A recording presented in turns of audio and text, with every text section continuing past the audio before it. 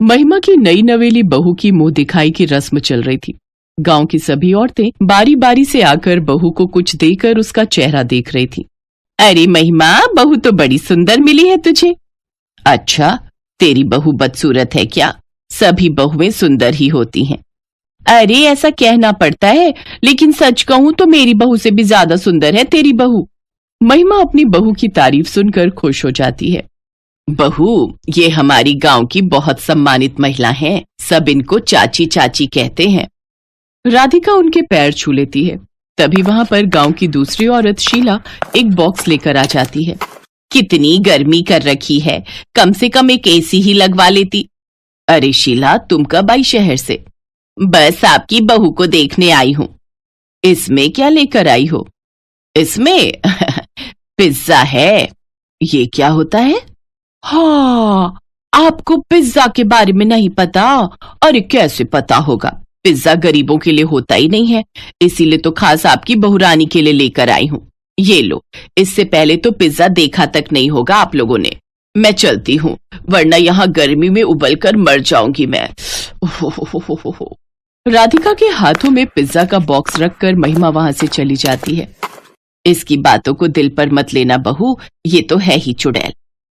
राधिका अपनी सास से उस वक्त तो कुछ नहीं बोलती, पर रात में सुहाग रात के वक्त अपने पति से सारी बात बताती है। हम गरीबों की कोई इज्जत नहीं है क्या? अरे क्या हुआ? वो चुड़ैल हमारी बेइज्जती करके चली गई। माँ जी ने उसे कुछ भी नहीं कहा। हुआ क्या था? वो घमंडी औरत ये डब्बा देकर गई है। क्या है इसमें? इसमें पिज्जा है। इसी पिज्जा का घमंड दिखा रही थी वो। बोल रही थी तुमने तो आज तक पिज्जा देखा भी नहीं होगा। अरे छोड़ो ना, पैसे वाली औरतें होती ही घमंडी हैं। उसका घमंड जल्द ही चूर चूर करूंगी मैं। राधिका वो पिज्जा वाला डब्बा वहीं रख देती है। उसे खाती नहीं है, बल्कि खिड़की से घर के पीछे वाले खेत में फेंक देती है। अगले दिन राधिका अपनी सास के साथ बाजार में जाती है और तभी वहां पर शीला उन दोनों को देख लेती है। शीला के साथ उसकी सहेलियां भी थी। अरे अम्मा, कहाँ पैदल घूम रही हो बहू को लेकर? अरे कहीं नहीं शीला, सोचा बहू को अपने गांव की मार्केट घुमा दूं। हाँ, घुमाना ही सही रहेगा, क्योंकि अगर आपने कुछ भी खरीदा तो आपका घर बिक जाएगा। शीला अपनी सहेलियों के साथ ठहाके मार मार कर हंसने लगती है। वैसे राधिका, हाँ बोलो, तुमने वो पूरा पिज्जा खाया था या 1 महीने तक थोड़ा थोड़ा करके खाओगी? शीला अपनी सहेलियों के साथ एक बार फिर जोर जोर से हंसने लगती है। इस तरह किसी की गरीबी पर नहीं हंसते। तो तुम लोग भी अमीर बन जाओ और लोगों पर हंसो, किसने मना किया है? डॉक्टर ने तो कहा नहीं है कि गरीब ही रहो, है ना? इतना बोलकर शीला वहां से चली जाती है। रात के वक्त राधिका भगवान की मूर्ति के सामने खड़ी हो जाती है। मैंने अपनी पूरी जिंदगी गरीबी में गुजार दी, पर आज तक मुझे इससे कोई शिकायत नहीं रही, पर आज मुझे शिकायत है। अरे बहू, जल्दी से खाना लगा दे, क्या कर रही है तू? बस आ रही हूं माँ। राधिका अपनी सास के बुलाने पर वहां से चली जाती है और सबको खाना परोसने लगती है। माँ जी, कल आप मेरे साथ उस चुड़ैल के घर चलना। ये सुनते ही राधिका का पति चौंक जाता है और बोलता है, अरे राधिका, तुम कोई तंत्र मंत्र सीख रही हो क्या? ये आप कैसी बातें कर रहे हैं? अरे अभी तुमने ही तो माँ से कहा कि कल उस चुड़ैल के घर चलना। आप तो कुछ करोगे नहीं, तो मुझे और सासू माँ को मिलकर ही कुछ करना पड़ेगा अब। अरे क्या करना पड़ेगा, मुझे भी बताओ कि आप दोनों के बीच आखिर क्या खिचड़ी पक रही है भाई? इससे पहले कि राधिका कुछ बोल पाती, उसकी सास महिमा बोल पड़ती है। अरे बेटा, वो शीला है ना, जब देखो तब बहू को गरीबी के ताने मारा करती है। तो इसमें कौन सी बड़ी बात है? पूरा गांव उसके घमंड से परेशान है।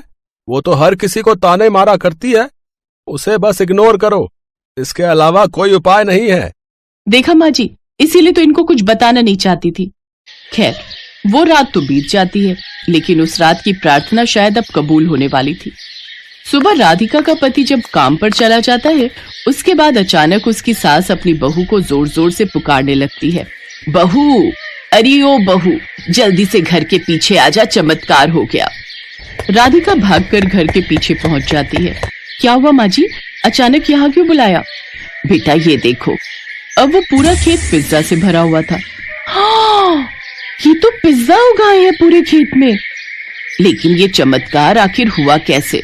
कुछ देर राधिका सोचती है, तब उसे याद आता है कि कुछ दिनों पहले उसने वो पिज्जा खिड़की से इसी खेत में फेंक दिया था। माँ जी, वो पिज्जा घमंडी शीला ने दिया था, वो मैंने उस रात यहीं फेंक दिया था। लगता है उसी की वजह से पिज्जा की खेती हो गई। हमारी गरीबी देखकर स्वयं भगवान ने हमें आशीर्वाद दिया है, उन्हें हम पर तरस आया है। अब उस घमंडी शीला का घमंड टूटेगा। उसने कहा था ना कि हम गरीबों ने कभी पिज्जा देखा ही नहीं।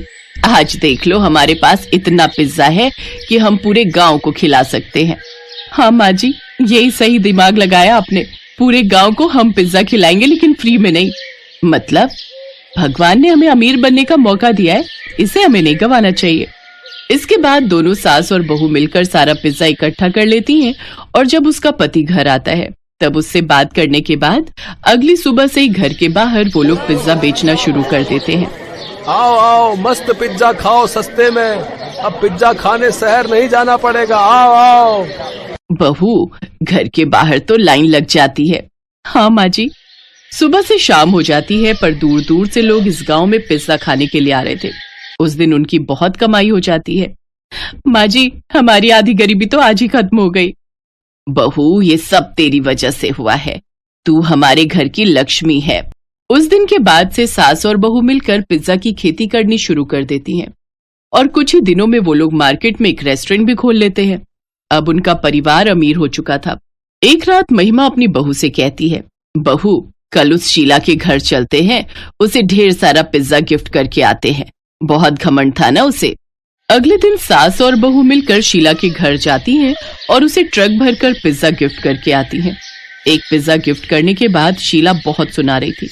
अब उसका घमंड टूटता है और सास बहू खुशी खुशी पिज्जा खेती करती हैं और खुशी खुशी रहने लगती हैं।